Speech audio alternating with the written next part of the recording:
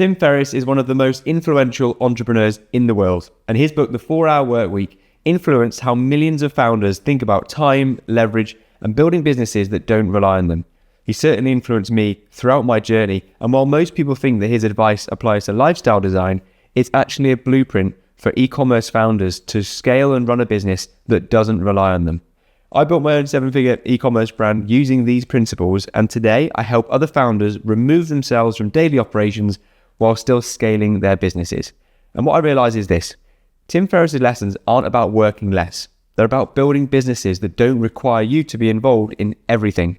So in this video, I'm going to break down Tim Ferriss's 4 biggest lessons that every e-commerce brand owner should understand, starting with why most e-commerce founders are drowning in decisions.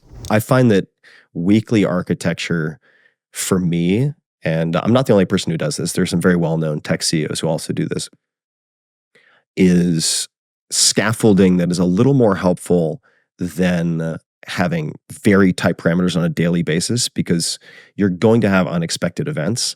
Although I will say, if you have to reply to a lot of things within 72 hours, then you have broken systems. Like, you should revisit your processes and systems. So if you're getting a lot of interruptions that you need to handle yourself as firefighter, then you have a process or a policy. That would include Slack, instant things, anything, email, anything. If you're the boss, let's just say, if you are the CEO or a solopreneur, if you're making too many decisions, that is as fatal as making some of the wrong decisions. Too many decisions will also kill you. It's so insightful coming from Tim, and he says how most founders or entrepreneurs or solopreneurs think being busy means they're doing something right, but there's a big difference between efficiency and effectiveness. And he argues that if you're constantly firefighting day in, day out, looking after your brand, then your systems are broken. And this is exactly what happens to e-commerce founders, because as the business grows, orders increase, therefore customers increase, but then problems will increase as well. And suddenly the founder becomes the decision bottleneck in everything moving forward each day, because they're handling questions like, should we refund this customer? Can we reorder this product? Should we approve this supplier invoice? What do we do about this delivery issue? And these questions just start hitting founders all day, every day. But founders assume that's normal and part of running a business, but it's absolutely not.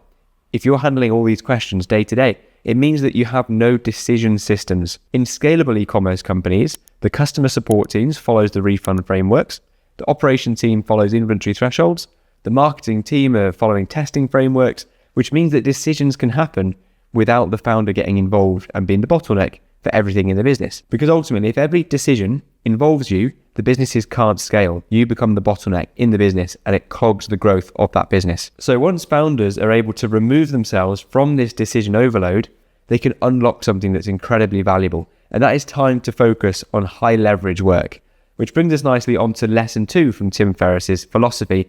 And that is to protect deep work blocks to work on high leverage tasks. So he was asked by Chris Williamson on his podcast, how do you structure your day? And specifically, what do your mornings look like? The exact boot up sequence does not matter. What matters is having at least, say, 3 hours in a block of time, uninterrupted, where you can focus on 1 or 2 of your highest leverage tasks, which have been defined beforehand. And those highest leverage tasks could be the things that make you most uncomfortable on your to-do list, the things that have been punted week to week to week, could also be the things that are most energy in, the things that give you the most in terms of recharge, so that can be applied to other things. So that's an unlock.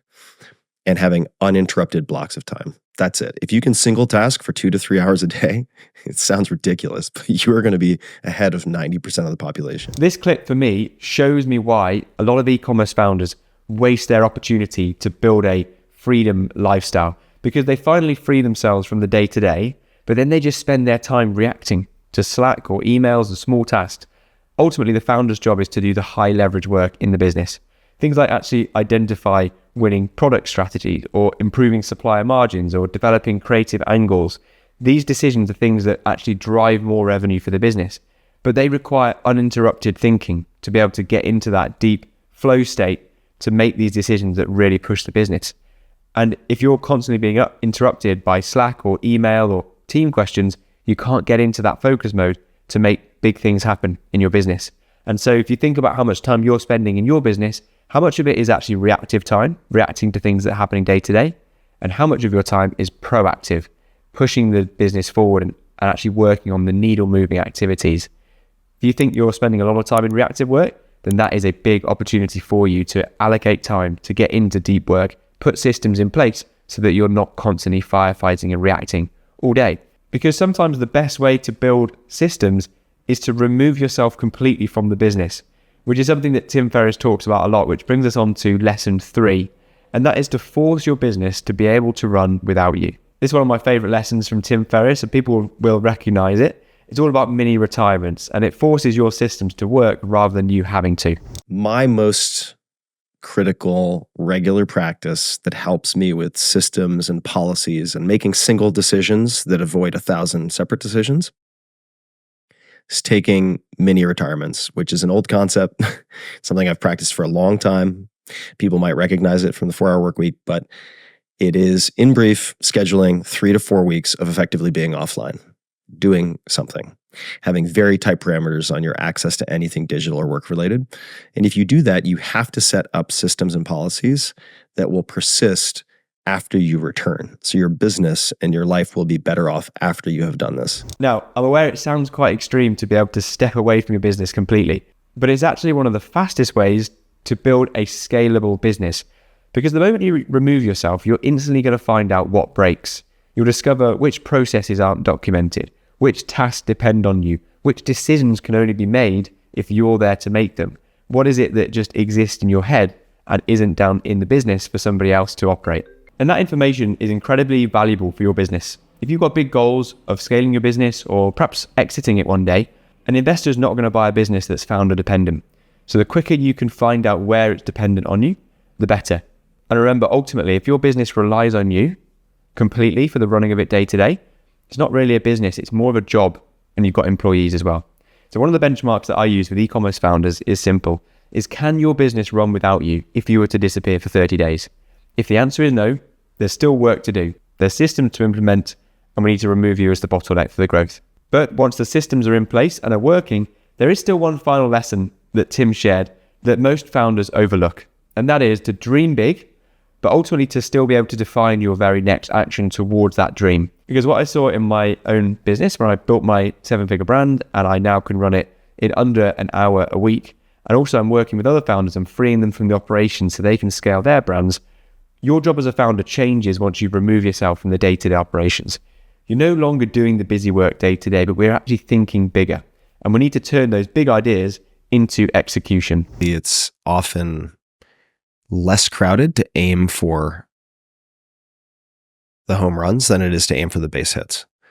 Because so many people underestimate themselves that the base hits and the doubles are more crowded, just in terms of top of the bell curve, than aiming for the big. There's a warning though that I should add to that, which is it's very easy to hide behind the big. This is borrowed from Seth Godin. In other words, you can say, I want to change the world. Okay, great.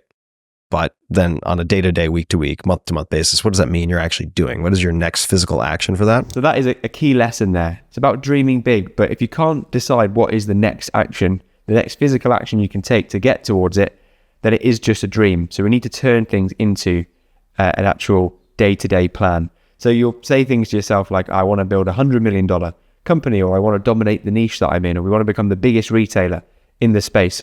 But they're not actions. They are big ideas that we need to have space to dream about. But the real progress is only going to happen when you actually convert that vision into the next executable step that you can work on that same day. What I found with scaling brands is that you scale them through small actions stacked over time that lead to the big outcomes. So small execution, repeated consistently. So Tim Ferriss's lessons are incredible and not complicated. If you're overwhelmed with decisions, your systems are broken.